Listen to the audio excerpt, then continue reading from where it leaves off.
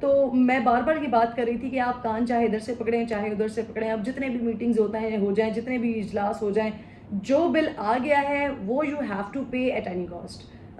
وہ چاہے اب آپ اس کو سردیوں کے بل میں ایڈجسٹ کرنے کی کوشش کریں یا آپ اس کی قسطیں کرنے کی کوشش کریں، کچھ بھی کریں، لیکن جو بل آ گیا ہے وہ آپ نے بھرنا ہے. آگے کے بلز کے حوالے سے کوئی ریلیف دینے کی بات اگر ہو رہی ہوتی تو یہاں پر تو پیٹرول پرائزز میں اضافہ ہو رہا ہے، اور وزارت اطلاعات آلریڈی یہ بتا چکے ہیں کہ بجلی کے پرائزز میں، اس کے یونٹ میں مزید اور اضافہ ہونے جا رہا ہے. بہت سارے لوگوں نے تو 98 روپیز پر یونٹ تک بات کی ہے.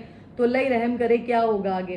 اب جو ہماری طرف سے دیگر لوگوں کی طرف سے تجاویز دی جا رہی تھی نا، پاکستان میں ایک بہت بڑا طبقہ ہے جو پرائیویٹ سیکٹر ہے، جو پرائیویٹ نوکریاں کرتا ہے، پرائیویٹ دفاتر میں کام کرتا ہے، ریڑھی والا ہے، مزدور ہے. یہ وہ لوگ ہیں جن کو سرکار کسی بھی قسم کی کوئی مراعات نہیں دیتی، کیونکہ وہ سرکاری افسر یا سرکاری اہلکار نہیں کہلاتے. تو ہماری طرف سے کچھ تجاویز اس طرح کی آئی تھی کہ بھئی یہ جو سرکاری افسران ہیں نا، یہ جو سرکاری اہلکار ہیں، ان کی مد میں ٹھیک ٹھاک خزانے کے اوپر بوجھ پڑتا ہے، کیونکہ یہ تمام لوگ فری بجلی استعمال کرتے ہیں.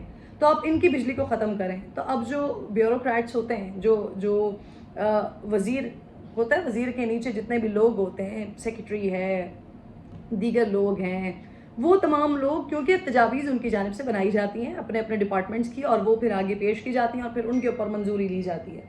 تو جو تجاویز آئی ہیں، اب آپ غور سے سنیے گا، جو پینفل تھا، تجاویز یہ آئیں کہ ٹھیک ہے جی، بجلی جو مفت دی جا رہی ہے وہ ختم کر دیں، اور ان کی سیلریز کے اندر بجلی کے حوالے سے الاؤنس دے دیے جائیں. اور وہ الاؤنس پھر جو 18 سے 21 گریڈ تک کے اہلکار ہیں، افسران ہیں، ان کے لیے نہیں، بلکہ جو پھر اس سے اوپر بھی جو سارے لوگ ہیں ان کی بھی تنخواہ میں وہ الاؤنس جائے گا.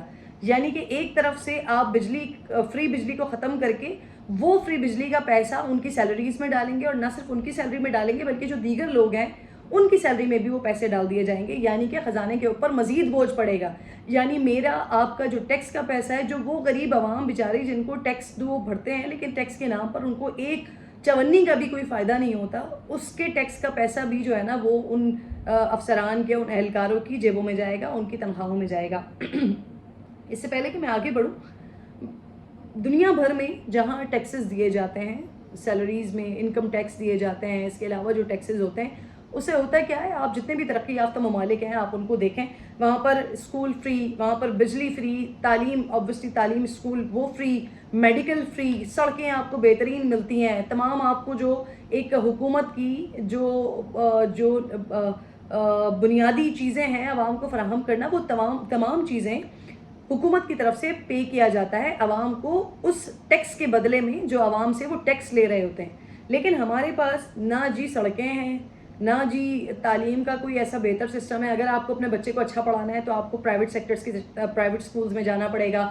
اگر آپ نے بہترین علاج کروانا ہے تو آپ کو پرائیویٹ ہاسپٹلز میں جانا پڑے گا. اگر آپ کو اچھا سفر کرنا ہے تو پھر آپ کو یہی سوچنا پڑے گا کہ جی ٹکٹ کٹائیں باہر جائیں، یا رہ دے کے وفاقی دارالحکومت میں آ جائے کہ یہاں پر کچھ بہتر سڑکیں ہیں، رہ دے کے تھوڑا بہت لاہور میں بہتر سڑکیں. ورنہ آپ پورے پاکستان میں گھومیں، نہ آپ کو بہتر سڑکیں مل رہی ہیں، نہ آپ کو تعلیم مل رہی ہے، نہ آپ کو اسکولز مل رہے ہیں، نہ آپ کو مفت علاج مل رہا ہے، نہ آپ کو کوئی اور سہولت مل رہی ہے. لیکن ٹیکسز کی بھرمار پاکستانی عوام کے اوپر. کس بات کا ٹیکس دیں؟ اور اس کے بعد جب پوچھا جائے کہ جی یہ بجلی کے بلز ہیں آ رہے ہیں اتنے زیادہ، اس میں اس کو ہم کس طرح سے کوئی حل بتائیں، کوئی تجویز دیں، تو ہمیں کیا تجویز دی جاتی ہے؟ جی سولر لگوا لیں اپنے گھر پہ، سولر بھی لگوا لیں، وہ بھی پرائیویٹ کر لیں، سب کچھ پرائیویٹ کر لیں. تو کوئی ٹیکس ہم کس بات کا دیں؟ لیکن کیا کریں کہ کچھ ہمارا اپنا بھی قصور ہے، جو ہم چوتھا ستون ہے پاکستان کا آئین، مقننہ قانون، ریاست کا چوتھا ستون ہم، لیکن ہم بھی اس چیز کے اوپر سوال نہیں اٹھاتے ہیں. ہماری عوام بھی بیچاری غریب اور پستی ہوئی عوام ہے کہ وہ بھی بس بھرے جا رہی ہے، چلے جا رہی ہے کہ جب تک زندگی ہے تب تک جیسے چل رہا ہے ویسے چلاتے جائیں. ورنہ ہونا تو یہ چاہیے تھا کہ ہم تمام کے تمام کھڑے ہو جاتے ان حکمرانوں کے اور اشرافیہ کے چہروں پر، ان کے منہ پر، کہ جی بتائیں کہ اگر ہم ٹیکس پے کر رہے ہیں اتنا زیادہ تو ٹیکس کے بدلے میں ہمیں کیا دیا جا رہا ہے؟ صرف ہمیں یہی بتایا جاتا ہے کہ جی ہم مشکل فیصلے کر رہے ہیں، ہمیں یہ بتایا جاتا ہے کہ اس وقت ہم مشکلات سے گزر رہے ہیں، پاکستانی عوام کے اوپر بوجھ ڈالنا پڑے گا، ہمیں مشکل فیصلے کرنے پڑیں گے. تو مشکل فیصلے یہ ہیں کہ جتنے بھی اشرافیہ ہیں جتنے بھی حکمران ہیں ان کی جو فیسلٹیز ہیں یا ان کو جو شطر بے مہار کی طرح خزانے کے اوپر بوجھ ڈال ڈال کے ان کو ہر طرح سے فیسلیٹیٹ کیا جا رہا ہے، ان کی فیسلٹیز کو ختم کریں، اور پاکستانی عوام کو اگر آپ نہیں دے رہے تو کم از کم جن کو دے رہے ہیں ان کی تو فیسلٹی ختم کریں۔ وہ سرکاری افسران جو سرکار سے تنخواہ بھی لے رہے ہیں اور سرکار سے پھر دیگر مراعات بھی لے رہے ہیں، اور وہ پاکستانی عوام، غریب عوام کی وہ ٹیکس بیچارے جس کا بدلے میں ان کو کچھ مل بھی نہیں رہا ہے اس ملک میں۔ اب سنیے میں نے یہ اتنی بڑی تمہید کیوں باندھی ہے۔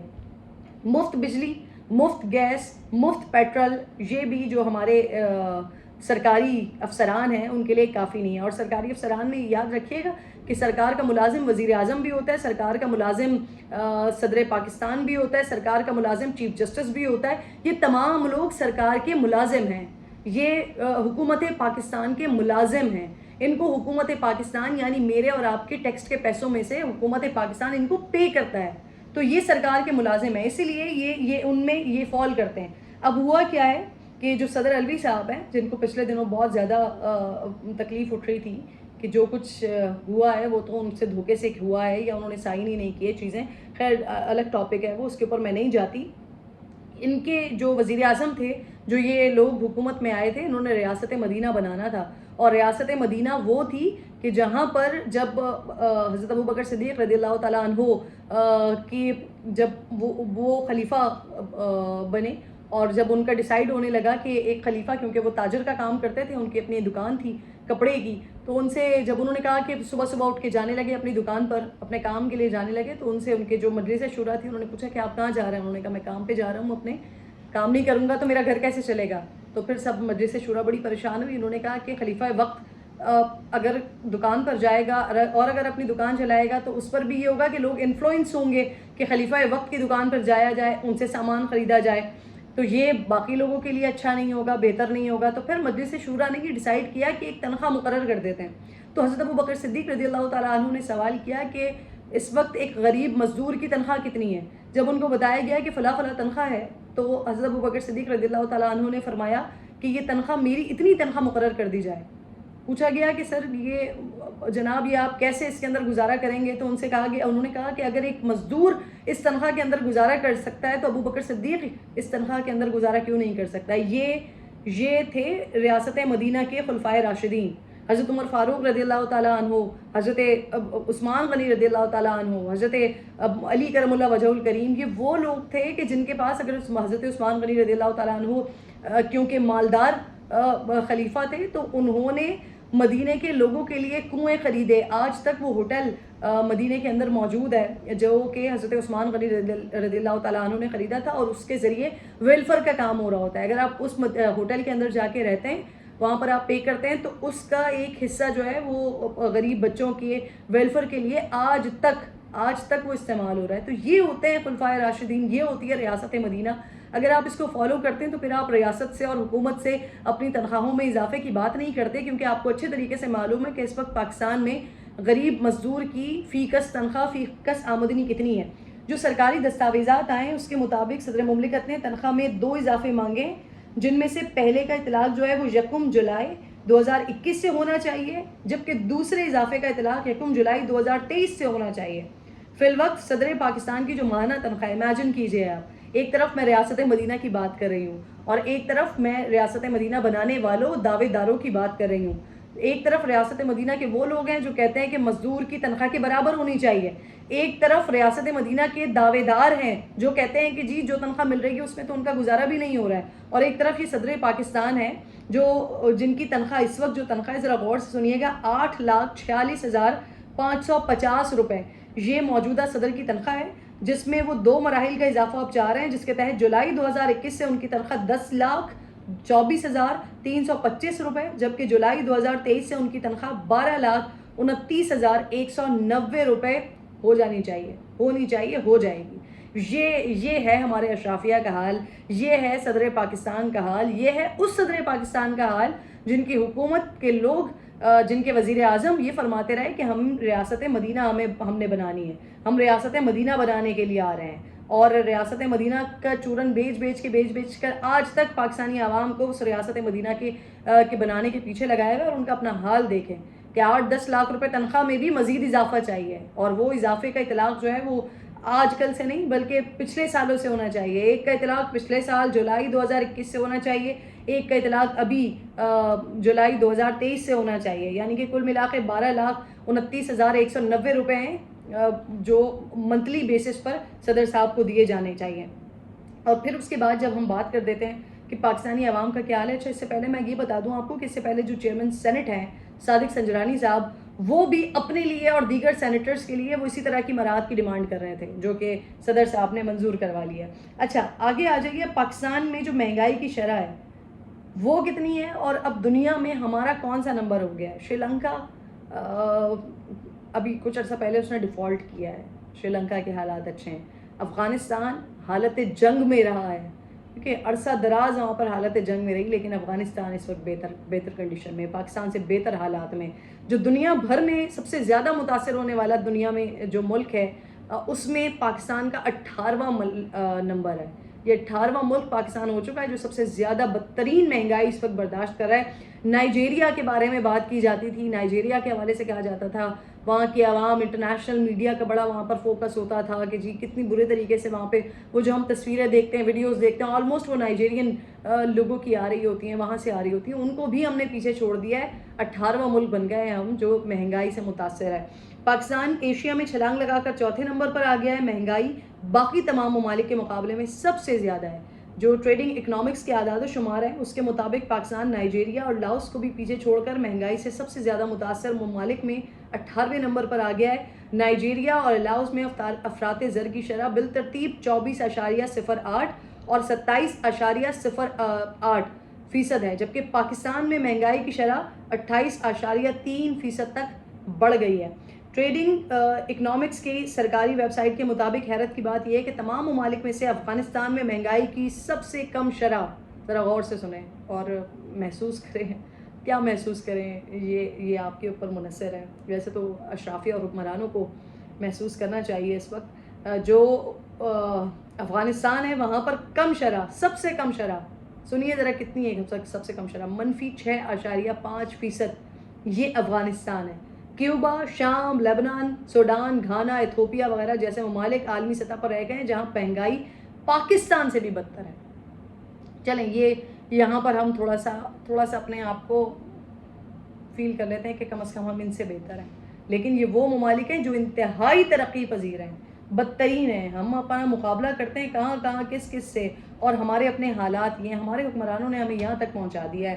بڑا بدترین سچویشن ہے. اللہ تعالیٰ پاکستانیوں کے لیے, پاکستانی عوام کے لیے بہت زیادہ آسانی کرے, کیونکہ آگے مجھے آسانی نظر تو نہیں آ رہی ہے. جتنے برے حالات میں اس وقت ہم ہیں اگلے مہینے کے لیے یعنی سپٹمبر اور اکتوبر کے لیے اس سے زیادہ بری پریڈکشنز ہیں, اس سے زیادہ برے حالات ہیں, اس سے زیادہ برے معاملات ہیں. IMF کے ساتھ جو ہم نے سخت ترین معاہدہ کیا ہے, پہلے ایک معاہدہ ہوا جو کہ پچھلی حکومت نے کیا تھا, وہ سخت ترین بدترین معاہدہ کیا, اس کے بعد اس کو توڑ بھی دیا گیا, جس کے بعد مزید سخت ترین معاہدے جو ابھی والی حکومت گئی ہے 16 مہینے کی حکومت کر کے وہ کر کے گئے ہیں, اور اب بھگت رہے ہیں پاکستانی عوام, اور ہمیں یہ بھگتنا پڑے گا, ہم یہ بھگتیں گے, کیونکہ یہ ہمارے حکمران جو ہیں وہ ہم پر یہ فیصلہ تھوپ کر گئے ہیں. اور اللہ تعالیٰ فرماتا ہے کہ جیسے عوام ہوتے ہیں ان کے اوپر ویسے ہی حکمران جو ہے وہ مسلط کیے جاتے ہیں. تو یہ اسی طرح کے حکمرانوں کی وجہ سے شاید ہم اس وقت یہ سب کچھ برداشت کریں. آخر میں ایک اور خبر کی بات کروں گی جی. بڑھتی ہوئی فضائی آلودگی زندگی کا وقت گھٹا رہی ہے. فضائی آلودگی سے پاکستانیوں کی جو اوسط عمر ہے اس میں 4 سال کی کمی ہو رہی ہے. ایئر کوالٹی لائف انڈیکس کی حالیہ رپورٹ کے مطابق پاکستان میں فضائی آلودگی میں اضافے سے شہریوں کی اوسط عمر 4 سال کم ہو رہی ہے.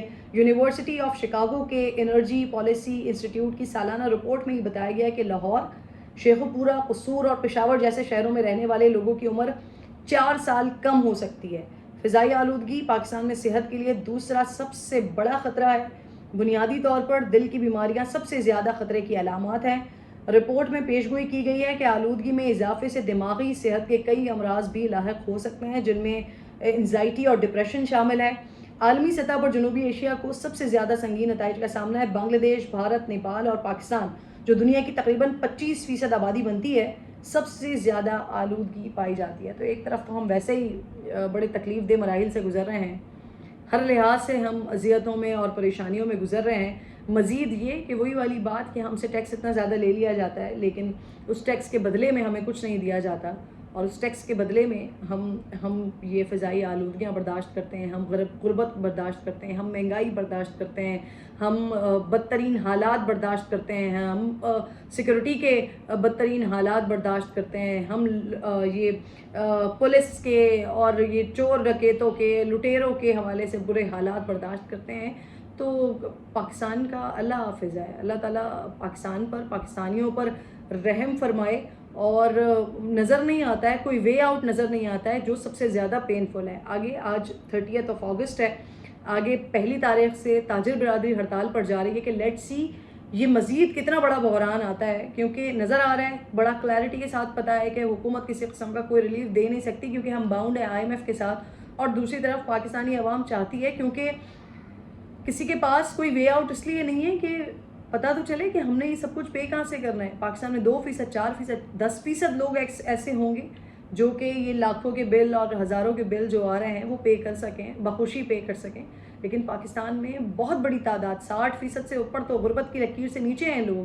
تو یہ 30 40 ہزار روپے کیسے پے کریں گے، جن کے منتھلی آمدنی ہی، جن کے گھروں میں بیچاروں کے 15 اور 20 ہزار روپے، تو وہ اتنے بڑے بڑے بلز کہاں سے پے کریں گے. برے حالات ہیں. اللہ تعالیٰ ہم سب پر اپنا رحم کرے، کرم کرے اور کوئی معجزہ کرے. اس کے علاوہ تو کوئی چارہ نظر نہیں آتا. اپنا خیال رکھیے. انشاءاللہ اگلی ویڈیو میں آپ سے ملاقات ہوتی ہے. اللہ نے کے بعد.